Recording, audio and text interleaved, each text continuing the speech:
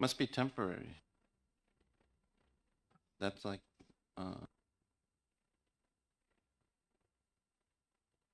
Hold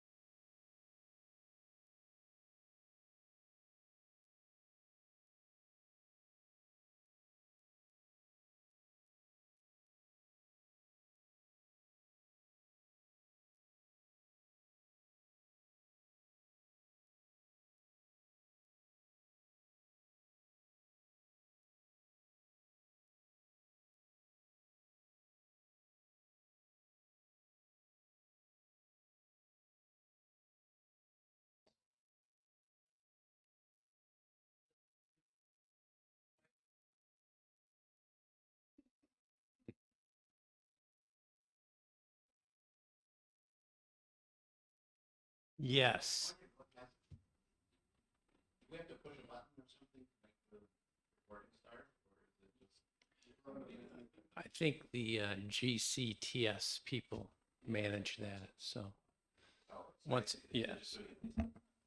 Otherwise, he's still.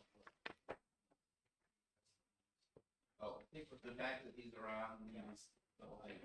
Okay, great. Thank you, Representative Leishman. What we've done in the past for these is kind of redundant with what Mike Kane presented this morning, and then we would get into some program information, only to find that the agencies would come in a few weeks later and the issues were different. So what we've decided to do is kind of reiterate some of the points from Mike Kane's presentation, focus on a few areas. I'm going to talk about what the budget analysts do for the divisions, and then a little bit about the process and the schedule. And then we can either wait to the end for questions, or you can tell me to hold, and I'll answer them as we go if I can. We'll take questions as we go, that way people won't forget. So if one of them says a question, feel free to say. Sounds good. So what I've put in front of you is, you may have gotten this, I think you got this from Representative Leishman already. We've updated it with phone contact information on the top, but it's a list of our analysts and what agencies we're assigned to. So the first two columns of this page are Division 1. And even though the agencies are listed under each of our names, we can help you with anything. You can ask Melissa for things that I cover. I can help you with things she covers. However it works best for you, we're here. We've also attached the business cards, which not too many people probably use anymore, but it's an invitation for you to feel free to call us whenever you need something. I've also attached to this a list of the Division 1 agencies. And this is a report that we run called the Biennial Budget Analysis. In the 4 columns after the description, the first 4 columns are the general fund. And this report gives you the 2020 actual and the 2021 adjusted authorized. And if I could stop for a minute on the adjusted authorized, because we're still working on the budget before that year finishes, it's an approximation of what that year will be. It's probably slightly overstated because in the actual numbers we have a lapse that wouldn't be included in that number. And then we have the legislative recommended columns, the general fund share, and then the 4 columns to the right are just the total funds. So as we get the information from the governor's phase, we can run this on the governor's budget request and see what that looks like for the coming biennium. So you might wonder why there are 2 of us in Division 1. Because of the variety of different kinds of information and requests and the number of fiscal notes, more than half of the fiscal notes have to do with Division 1 subject matter. So we tend to get the bulk of that work. So at some point in time, they decided we need 2 people in Division 1. A little bit about what we do. We will be present at all of the public hearings and work sessions. That way we keep up with the bills that we're following. We'll make sure that the public has the correct number of copies and all that kind of logistical details. We prepare all amendments for House Bill 1, House Bill 2, and then all the other bills that come before the committee. Typically, if the division as a group decides to go forward with an amendment, we'll have that drafted in the name of the chair. But if any individual member wants something that they want to propose as an amendment, we'll put it in their name. We'll keep it in our binder until we're asked to hand it out. Sometimes we'll prepare an amendment and the member will decide, I don't want to do it. So it doesn't see the light of day. It goes on a big pile back at the office, and at the end of the session, we may need it later, or we just recycle it. So feel confident that if you have an idea, you can share it with us. We can have it in the proper form and ready to go. And then you can decide what to do with it.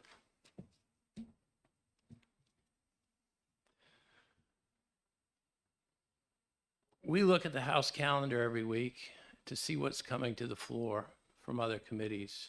Sometimes those committees will make an amendment to a bill that did not have a fiscal impact, but the amendment does have a fiscal impact. There may be an appropriation, or there may be something that impacts revenue. We keep an eye on those every Friday, just as to alert the chair.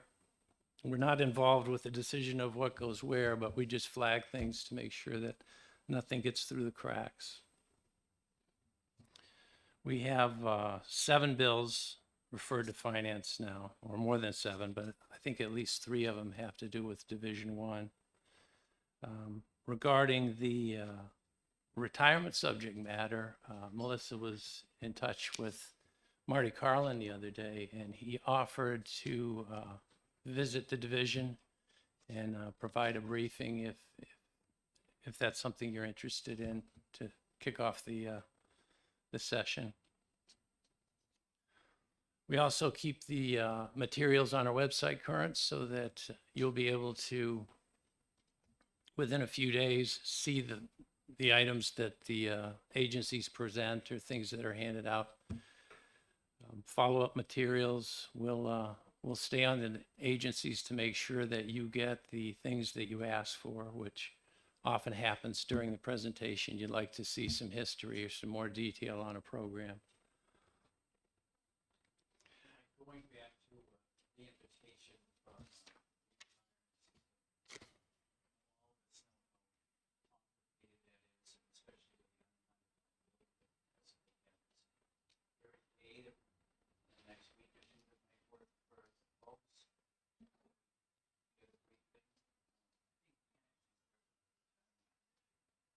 No, Carol did. Yeah. I went to the, Marty gave a presentation at ED&A this session, and I went to that. So I've sort of heard it already, but I think it's worth doing again. I actually have a mention with it, but yeah. So anytime for me. You want to check with Evan? Sure, we can do that. Pick a particular date, like a Tuesday, Thursday. Okay. I think it would be worthwhile. We've seen it for years, and it's a pretty complicated mess, especially with our fiscal financial.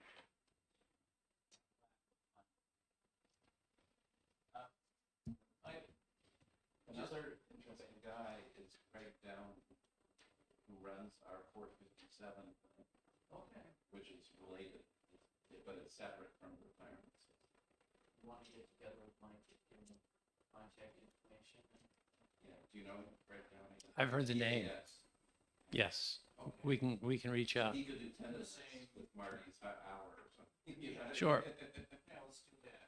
Get it all back. So, Representative, is it Ambrose? Okay. I'm sorry you missed our brief introduction. You probably had a hard time finding where we were. No, I apologize. It was the cafeteria. Oh, yeah, they need help. They delayed us, and then I had some issues. So I apologize. I had to answer the question. No, welcome. If you have any questions, feel free to ask. And as I said earlier, there are no questions that are bad questions. Pick out and say your numbers, the spreadsheet guy, you'll get plenty of that, because this book right here just represents what we deal with in Division 1. And you can see all the different colored tabs, maybe. Those are all the different agencies that I've tagged from the last budget. So there's a lot there, and you'll find that the assistance we have here is invaluable. They keep us up to date on like a daily basis. When we're reviewing the budget, they'll present a sheet similar to this, and it will have all the changes we made in that particular day.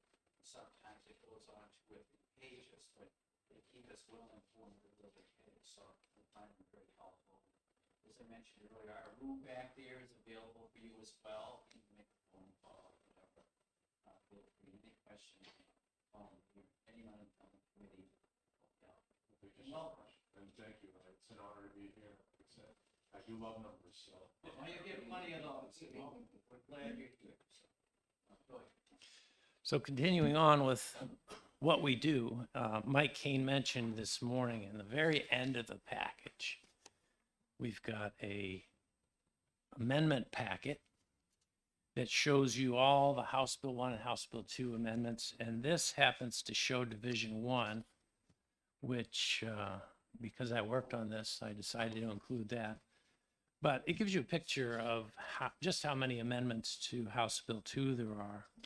It starts almost at the top of that page and continues on to the next.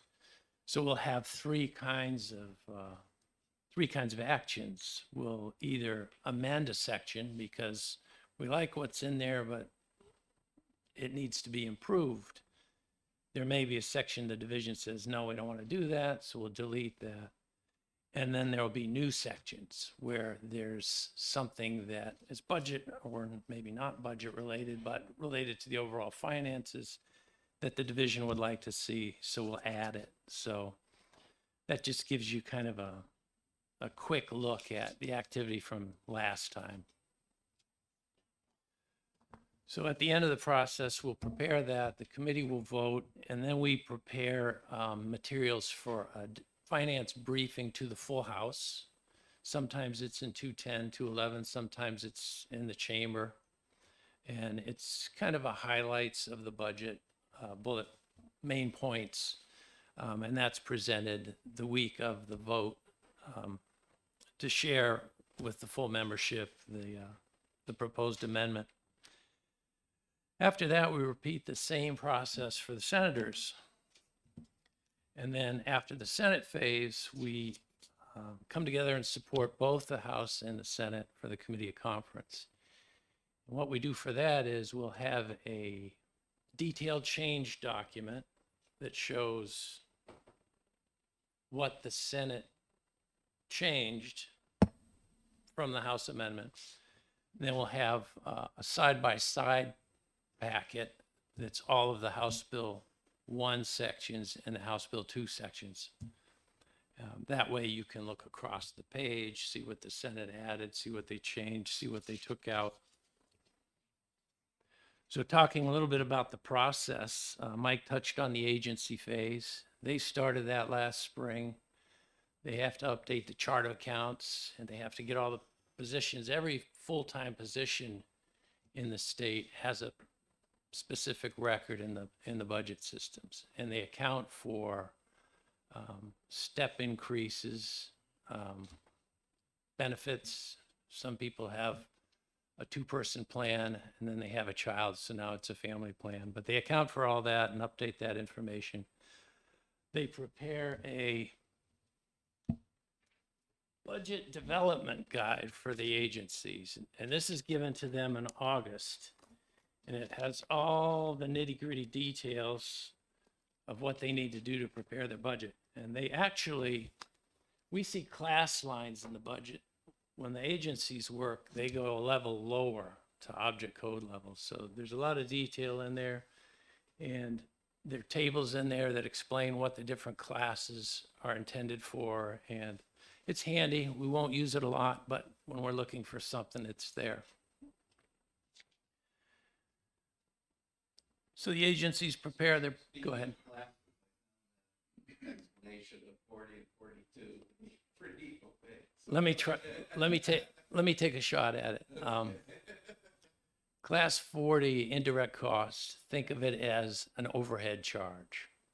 So you have a federally funded account, but that activity creates a little cost for the state in terms of personnel, IT support, all those administrative things. So it's like an overhead charge, class 40. It's only on federally funded. Federal or other funds.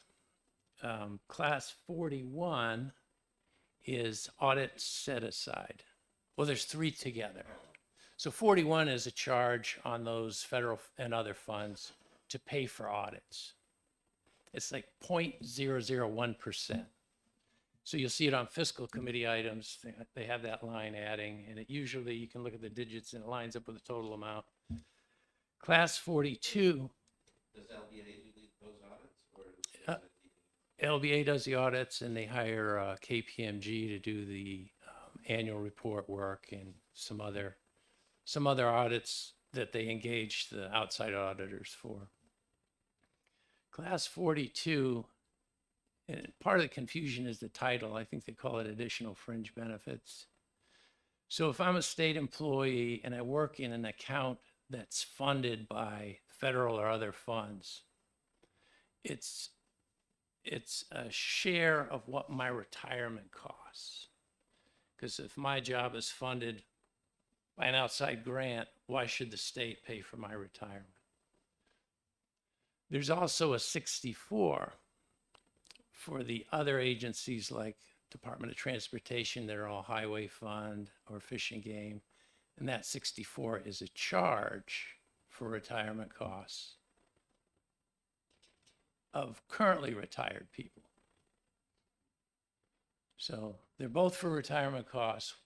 42 is for people who are currently working, funded from another source. 64 is for the costs of retirees from state government that worked for like Highway Fund or Fish and Game. well, if you're a standard person like you working on general fund, your retirement is under benefits. In Class 60, Class correct, 60, it's not in 42. correct. I see. But if it's somebody at DES or something that's working on a federal grant, There'll be a Class 42. and there wouldn't be a 60. There could be if it's a split funded account, Oh, and then there's a little bit of a calculation there. How much is general, how much is other?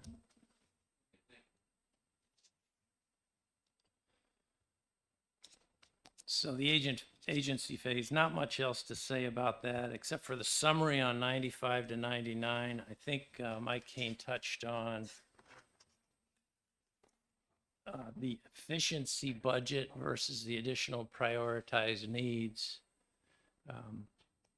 Efficiency budget used to be called the maintenance budget.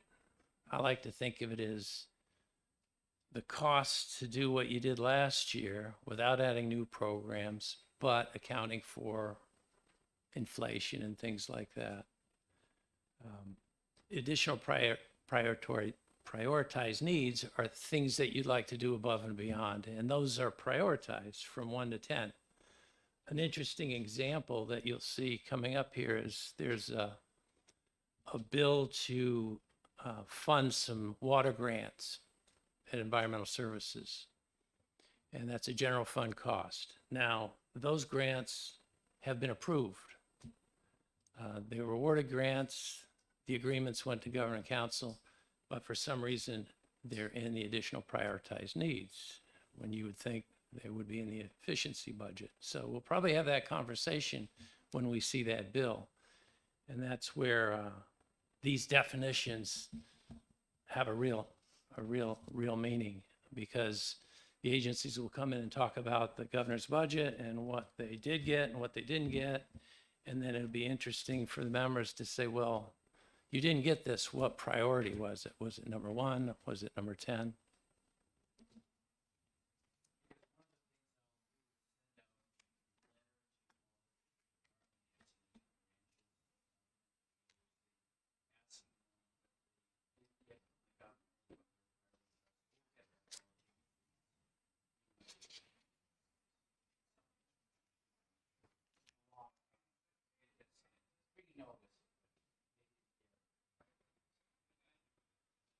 So administrative services will take all those agency requests, bundle them up into one package, present them to the governor through his budget director.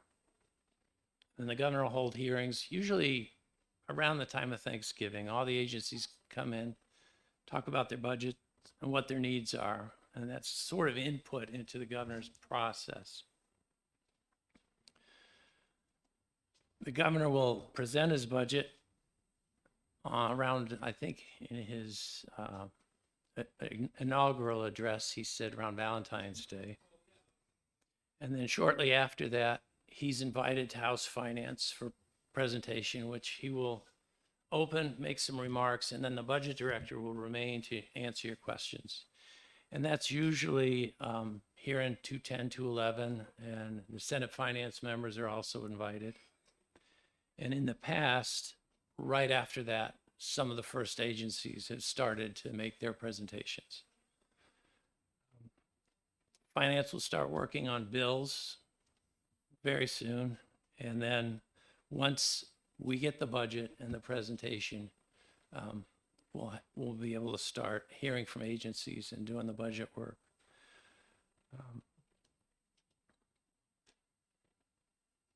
Deadlines. Page 22 of Mr. Kane's document has the House deadlines, and I wanted to add a little bit to that if I could. The last day to report is March 30th. In order to report, the full committee will have to have voted, which means each division makes a presentation. So for that to work and get to the clerk's office, that week of March 30th, the beginning of the week would be presentations from the divisions to the full committee, which means the week before that, the divisions should have at that point wrapped up their work. It's not always smooth like that. This is kind of how it would be in an ideal situation.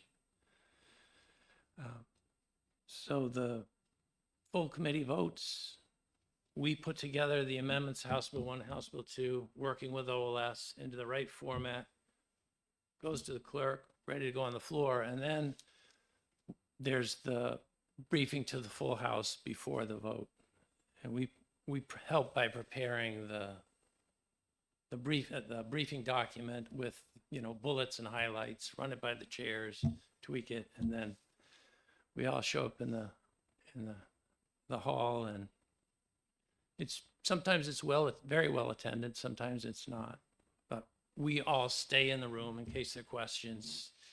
If the questions get too detailed, we'll have our notebooks and we can help out with that. So that provides about 5 weeks. The thing to keep in mind of the 5 weeks is there's a town meeting day on March 9th. There's President's Day on the 20th of February. Might be a difficult day to get agencies to come in. And there are possible snowstorms. So if you think about the 5 weeks, it can get eaten up quickly. And by the way, they're session days. Sometimes they're 2 a week. So it goes really fast. By contrast, the Senate has from April 7th to June 2nd. So they have almost 7.5 weeks and fresher revenue information.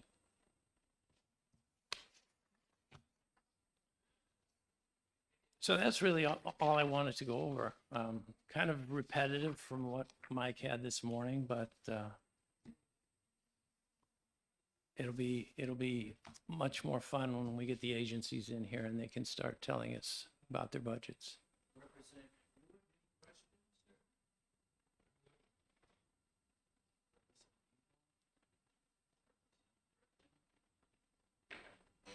Representative Why? You must have. Well, I was just gonna make a comment about the Senate, is that, they may have more time, but they have fewer people. That's true. And the level of experience, I don't think, unfortunately, this term is quite there, right? So there's some problem. One thing about the Senate for us is there are 3 divisions of finance, and we staff all 3. When the budget gets to the Senate, there are 4 of us, and there's 1 committee, and they're not always talking about Division 1 stuff, so we can get other things done. And you're right about the new members. We also dig in over here. House Finance tends to get into some detail, and then we go to the Senate, and because of their numbers, they're at a higher level, and they'll ask us questions, and we know the answers because we just lived through it. So they tend to think that we're smarter than we really are. When do we get started? What's the next step? Well, after the 15th, after the governor makes his presentation, and it's been a history as long as I've been here, and long prior to that, with some of my mentors that are not here anymore. The product that comes out of the finance committee is impeccable. It's, your name is on it, everybody's name is on it here, so. People have actually, for years, looked at the finance committee as those groups that.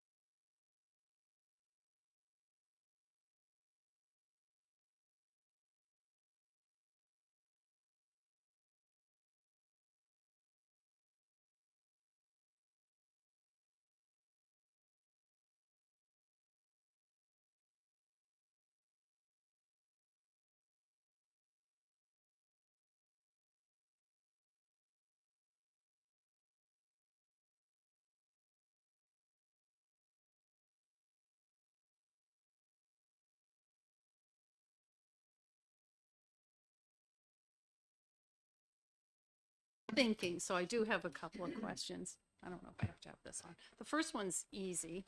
So for the bills that are currently referred to finance, are the hearings before the full finance commit? And then what?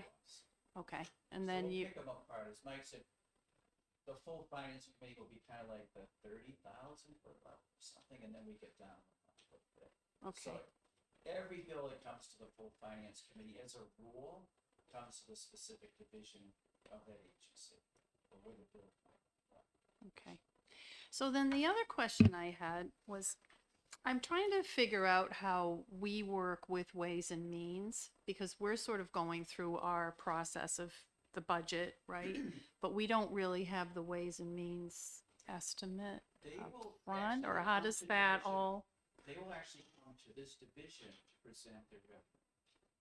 So we'll see them first. They don't go to the full committee, they'll come to this division, to present their revenue estimates. So we've seen like the Norm would come to us, sometimes Norm Major, or Susan Allen, so we'll see them, what they have, so we have some idea what to work with, and then, oftentimes leadership or the chair of the full committee will say, I'd like you to, this will be your number to work with, so we might say, okay, this amount of money, but we all have to live within all divisions, and you'll see that, my good friend Jess Edwards worked hard to get as much money for that division, and but we'll push just as hard, take care of the agencies. And when do they?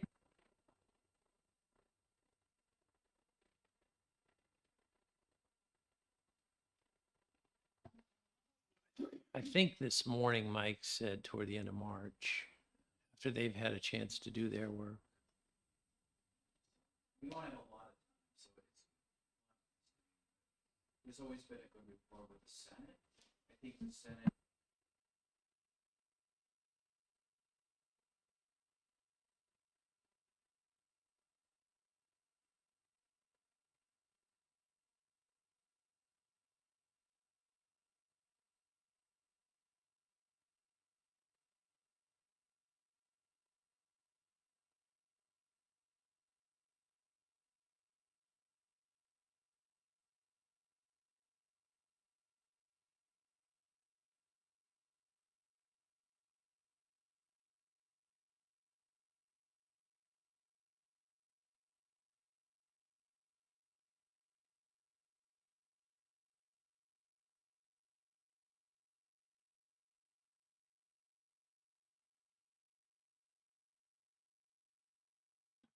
I'm excited to work with you guys this session. I started last year, so I haven't done a budget session on this side, but as Mike Kane had stated, I came from revenue, so I'm used to working with Ways and Means on that side, so I'm excited to learn this budget side and help you guys through the process.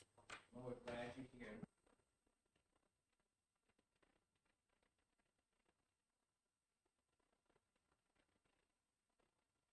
So the reason I had a question about, I noticed in this spreadsheet that Treasury has a really big number. Is that because that's what they're paying off bonds with? Is That's their debt service. so the real spending is not anything like this number, Right, and that's something when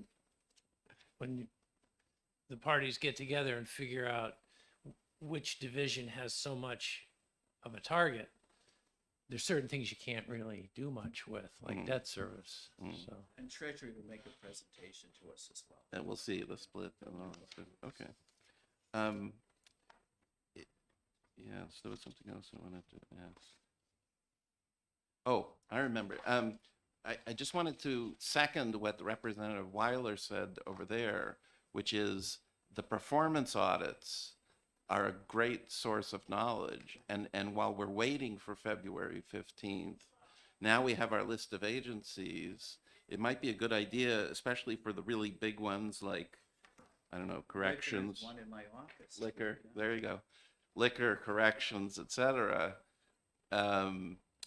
to go through those performance audits, right? And because there's a list of problems, right? Boom, and often they'll say, in the previous performance audit 5 years earlier, the same problem is there, right?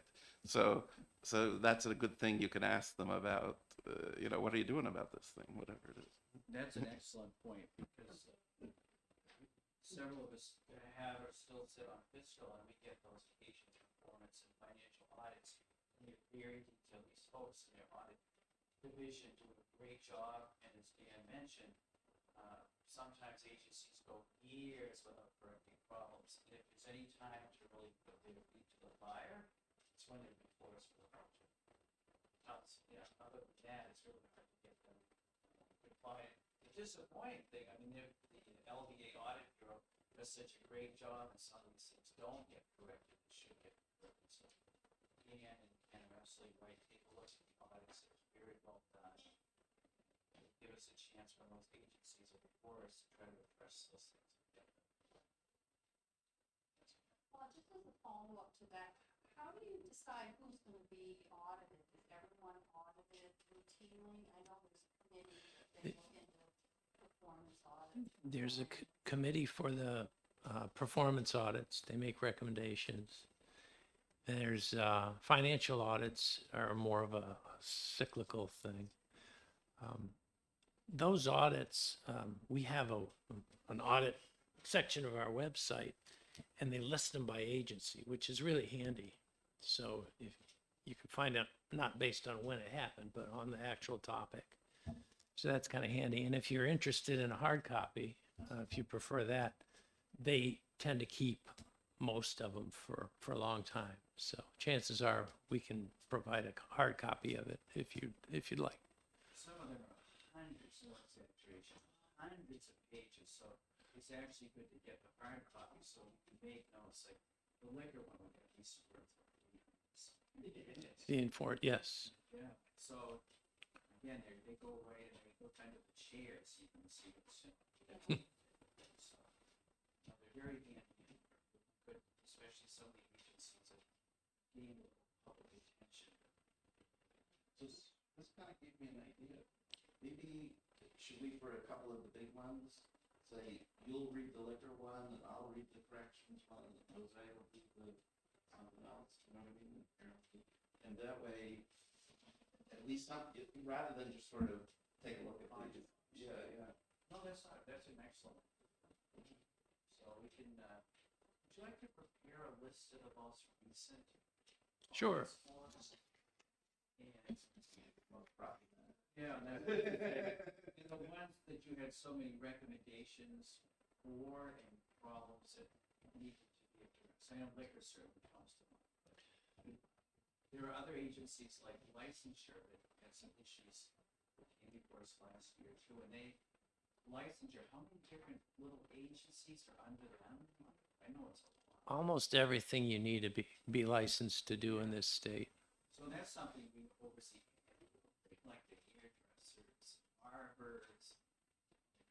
So So both financial and performance, especially well, I guess both. I know both. Dan suggested, maybe each person take it. I think many years ago, but we actually assigned each member of the division certain budgets to be specific on it. We even represented you at the judicial branch to really dig into it because he was, the judicial branch member at the time. So he'd be able to look for things that might show up. And we did, speaking of the judicial branch, last session, there was a letter presented that caused a little angst among some of us that the judicial branch sent out for an outside audit. And they came back saying we needed half a dozen new judges, a number of things, and we accepted the letter, but not to say that we accepted the recommendations. So that may be something we look for the judicial branch. Are they looking to build some of those recommendations into the outside? That'd be a good one to find too, Mike, you could find that and give it to Representative Hewitt. Yeah, licensing would be the one for me, because if I have any questions, I can ask Carol. And that was a recent audit. That was, yeah, so you already have him volunteering as a license. Karen, what about, you've been around a while, and the agencies that we came in contact with at Public Works that we oversee here, you might like to look at one of their. Well, the thing is, DOT. Resources.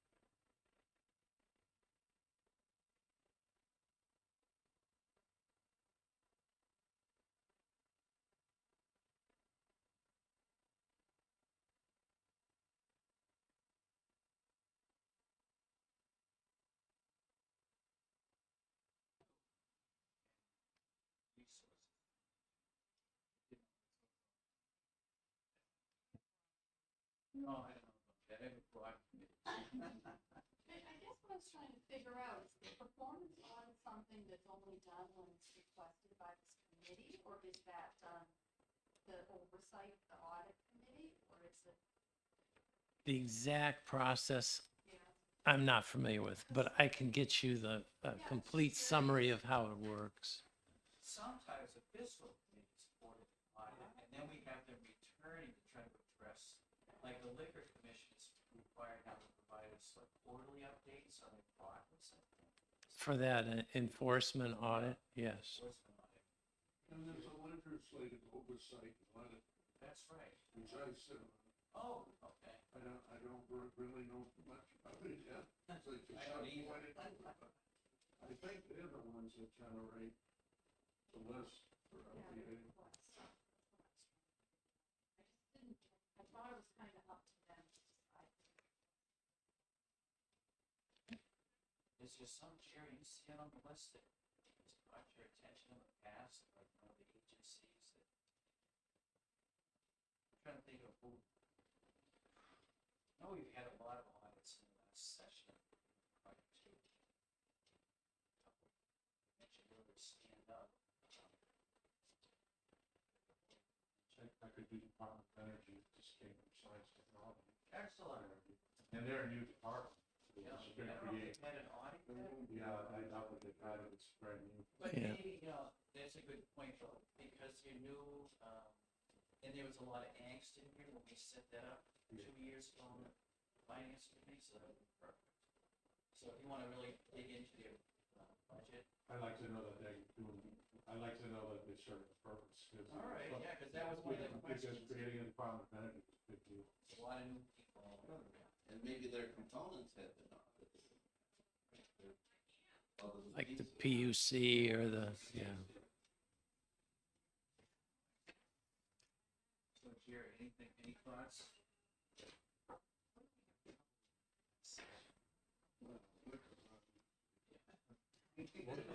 What's wrong with liquor? When they drink it too much of the Yeah, product.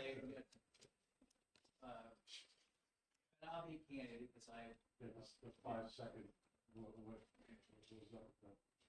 they're not always as, forthcoming. And a few years back, probably more than a decade now, the legislature gave them more control, became like an agency among themselves. Because the legislature used to, no exaggeration, almost require that they get permission to write. And then there's talk, let's, give them agency status, but they're still an agency of the state, so they do have a responsibility. They shouldn't be closing liquor stores without some notice, and that's what something is on that.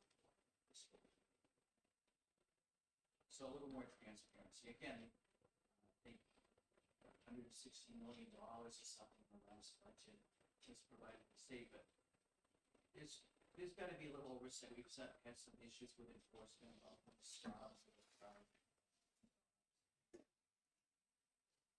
And they're making some progress again. The liquor here.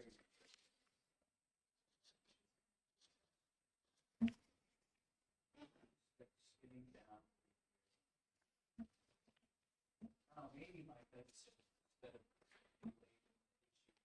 you get us like the most recent audit list. Sure. The last, I'll say, 2 terms. I know every fiscal we usually have these some ones, especially the ones that you folks had some issues with. Okay. We see. I think that's great. All right. So once we get that list, we'll find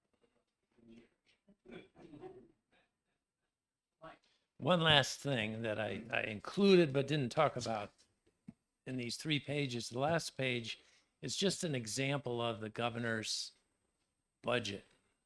And in the past, the committee has worked with this document for their budget work because it has the 2 history years and it has the position counts down at the bottom of the page.